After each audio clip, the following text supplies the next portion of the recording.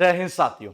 मैं इसके दमरीवाल आप सभी साथियों का एक बार फिर से आपके इस इंस्पेक्टर फैक्ट्री परिवार में स्वागत करता हूं।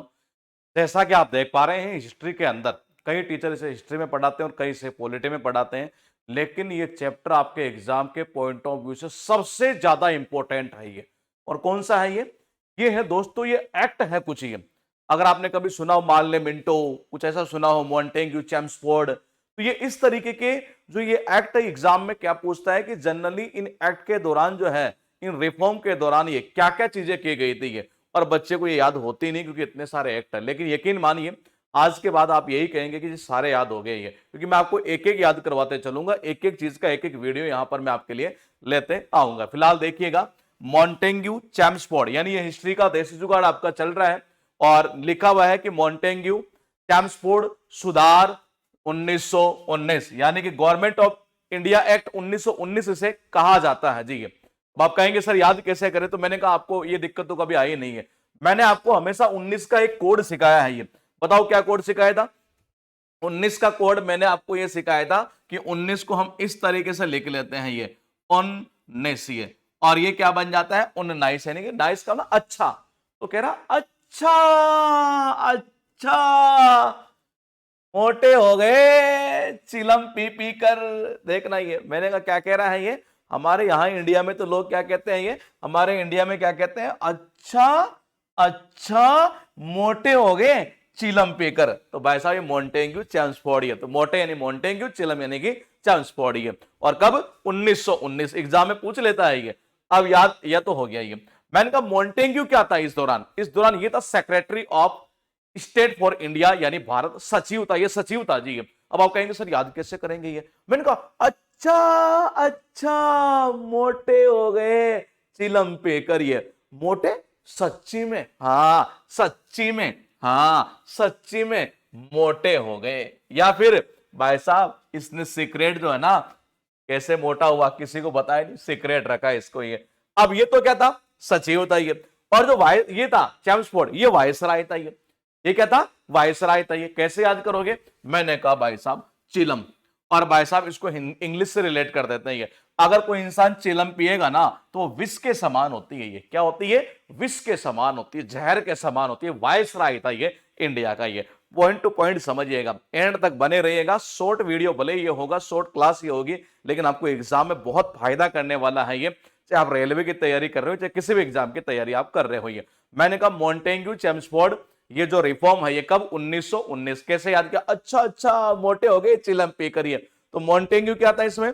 सचिव था। और चैम्सफोर्ड इसमें क्या है? वायसराय। तो कैसे करो, सच्ची में मोटा हो गया, तो सचिव चला गया। ये सीक्रेट से याद कर लेना। विष जहर के समान होता है क्या? चिलम एक तरीके से। और कब रहा है ये? 1916 से 21। ये साला है? साला चिलम पीता है, एक केस कर दो इसके खिलाफ। एक केस यानी कि 21, या साला जो चिलम पीता है, ऐसे 21 हो जाता है ये, 21 हो जाएगा ये। ऐसे भी याद कर सकते हो ये। यहां पर देखना, अब इस दौरान क्या क्या हुआ ये बहुत इंपॉर्टेंट चीज है। द्वैध शासन प्रणाली लागू की गई किसमें? प्रांतों में। अब आप कहेंगे सर अगर हम एग्जाम में भूल जाएं ये द्वैध शासन प्रणाली कौन से एक्ट में थी, ये तो कैसे याद करेंगे? मैंने कहा मोटा था और कौन था? चैम्सफोर्ड था। कितने हो गए ये? दोनों हो गए जी। वो मोटा हो गया था शासन करते करते, ये चिलम पीता था शासन कर करके। ये द्वैध शासन की प्रणाली लागू कहां किया गया था? इसको प्रांतों में लागू किया गया था ये। और एक था बाई कैमरलिज्म, यानी कि द्विसदन की जो प्रणाली है ये सेंट्रल लेवल के स्तर पर लागू की गई थी। वो प्रांतों में की गई थी, ये सेंटर में की गई थी ये। अब कैसे करोगे ये कि सर सेंटर में कौन सी होती? एक याद कर लेंगे, दूसरा वैसे याद हो जाएगा। देखो इसमें शुरुआत हो रही है, बाई का मतलब भी क्या होता है? द्वि, यानी कि दो सदन की बात की जा रही है। सी का मतलब सेंटर, तो यानी ये सेंट्रल लेवल पर हुई थी जी। उसके बाद देखिएगा संघ लोक सेवा आयोग का गठन भी किया गया जी। अब आप प्रोविजन था, मतलब स्थापना का प्रावधान किया गया था एक तरीके से ये, वो इसी के दौरान किया गया था ये कि हमें एक यूपीएससी बना देना चाहिए। तो मैंने कहा अब ऐसा अगर आप यूपीएससी का प्रावधान किया इन्होंने ये कि यूपीएससी का मतलब यूपीएससी बना देते हैं एक तरह की यूनियन पब्लिक सर्विस कमीशन ये। तो अगर मान लो ये बना देते हैं ये, तो आपने देखा होगा हमने शुरुआत में क्या याद किया था? Montagu Chelmsford. मॉन्टेग्यू क्या था? सचिव था, सेक्रेटरी। और यूपीएससी का भी तो भाई साहब यूपीएससी में जब बंदा सिलेक्शन हो जाता है तो सेक्रेटरी बन जाता है लास्ट में जाते जाते ही है। तो मैंने कहा यूपीएससी का प्रावधान इस दौरान किया गया। एक किया गया था हाई कमिश्नर। ये देखो कई तो सेक्रेटरी बन जाते हैं और कई क्या बन जाते हैं, कमिश्नर बन जाते हैं जी। ये तो मैंने कहा पॉइंट टू पॉइंट याद करो, सारी चीजें याद हो जाएगी ये।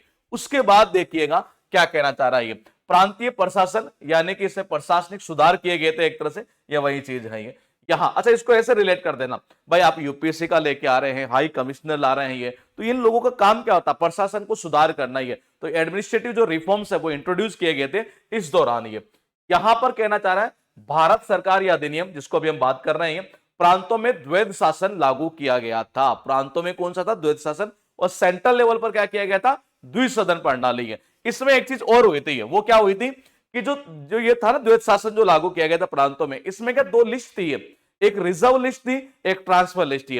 रिजर्व का मतलब जिन्होंने अंग्रेजों ने अपने पास में रख लिया, जो ब्रिटिश थे एक तरह से, ब्रिटिश के कंट्रोल में, अंग्रेजों के कंट्रोल में थी, वो लिस्ट कहलाती रिजर्व कि जी ये तो हमारे पास रिजर्व सुरक्षित है, ये ट्रांसफर कर दो इंडिया वालों को। ये आप कैसे याद करोगे बताओ, अंग्रेज कौन सी लिस्ट को अपने पास में रखेंगे भाई साहब, उसको रखेंगे किसको, पुलिस हुआ, लॉ हुआ, ये जितनी भी चीजें एक तरीके से। ये मैंने कहा देखो कैसे याद करना है, ये रहा, यहां नहीं है, यहां रुको रुको रुको रुको, हाँ प्रांतीय विषय, रुको यहां आएगा शायद ये, हाँ ये रहा। ये मैंने कहा क्या क्या चीज है, कानून व्यवस्था हुई, पुलिस की व्यवस्था हुई, भू राजस्व हुआ एक तरह से, लैंड रेवेन्यू, ये सारे जो इंपॉर्टेंट पार्ट है अंग्रेजों ने अपने पास रख लिया। क्यों, क्योंकि इनको पता था अगर ये इंडिया वालों को ट्रांसफर कर देंगे हमें जेल में डाल देंगे पुलिस का यूज करके, तो ये तो रिजर्व में रख लिया।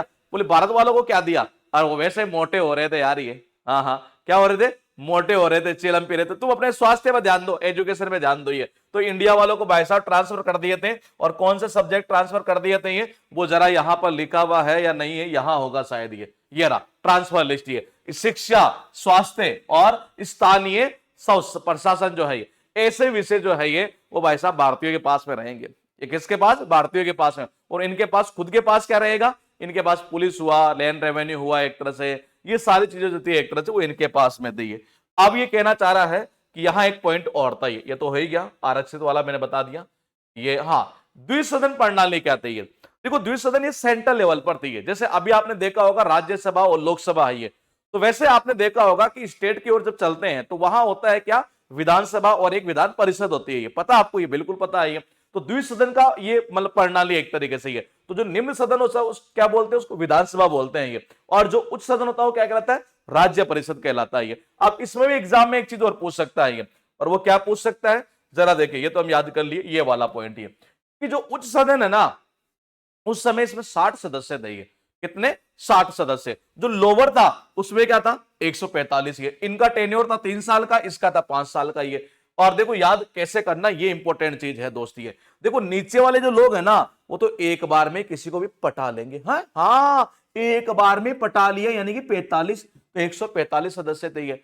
अब कहेंगे अब कार्यकाल कितना था, 5, नहीं नहीं नहीं, नीचे थे नहीं 4, नहीं नहीं 4 के बाद में क्या था, 3, तो भाई साहब 3 साल इसका कार्यकाल था। ये ऊपर वाले, ये तो भाई ऊपर है ना, तो ये तो ऊपर वाले लोग तो क्या सोचते हैं, अपनी 60 साल का जुगाड़ करते हैं जी, यानी इसमें 60 सदस्य थे और 5 साल का कार्यकाल यहां पर हो जाएगा।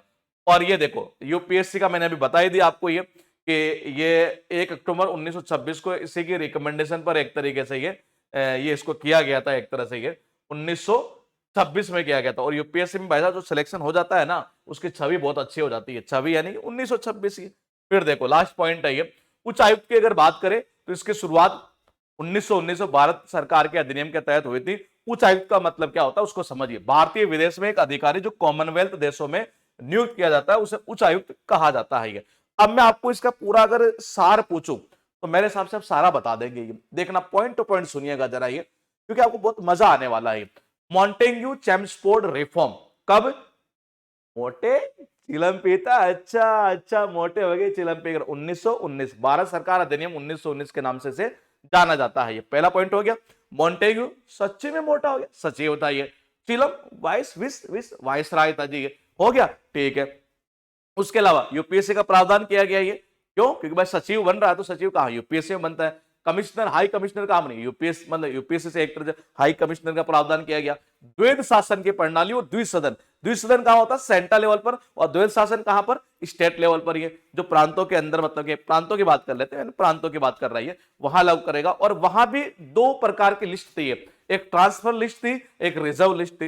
रिजर्व लिस्ट का मतलब कौन सी लिस्ट, ये अरे रिजर्व लिस्ट मतलब जो इन्होंने अंग्रेजों ने अपने पास में रख लेते ही है, पुलिस हुआ, लैंड रेवेन्यू हुआ, और भारतीयों को ट्रांसफर कर दिया, भाई तुम अपने ध्यान दो या चिलम विलम पीते रहते हो, हेल्थ वगैरह एजुकेशन वगैरह ये सब कुछ ही है। और बाइकैमरलिज्म की बात करें तो दो सदन वहां पर थे, एक अपर था एक लोअर था। लोअर में क्या था, 145 सदस्य थे, एक बार में पटा लिया, 5 4 नहीं 3 था, 3 साल का कार्यकाल। ऊपर वाले तो 60 साल का जुगाड़ करते हैं, 60 सदस्य थे और 5 साल का कार्यकाल था ये। तो ये इस तरीके से इस एक्ट को पूरी तरीके से आपके दिमाग में छापा जा सकता है और यहीं से क्वेश्चन आपके एग्जाम में पूछता है। मैं मिलूंगा एक बार फिर आपसे एक नए सेशन के साथ, एक नए एक्ट के साथ, सारे एक्ट आपके दिमाग में छाप दूंगा। बस आप बने रहिए अपने इस इंस्पेक्टर फैक्ट्री परिवार के साथ। जय हिंद।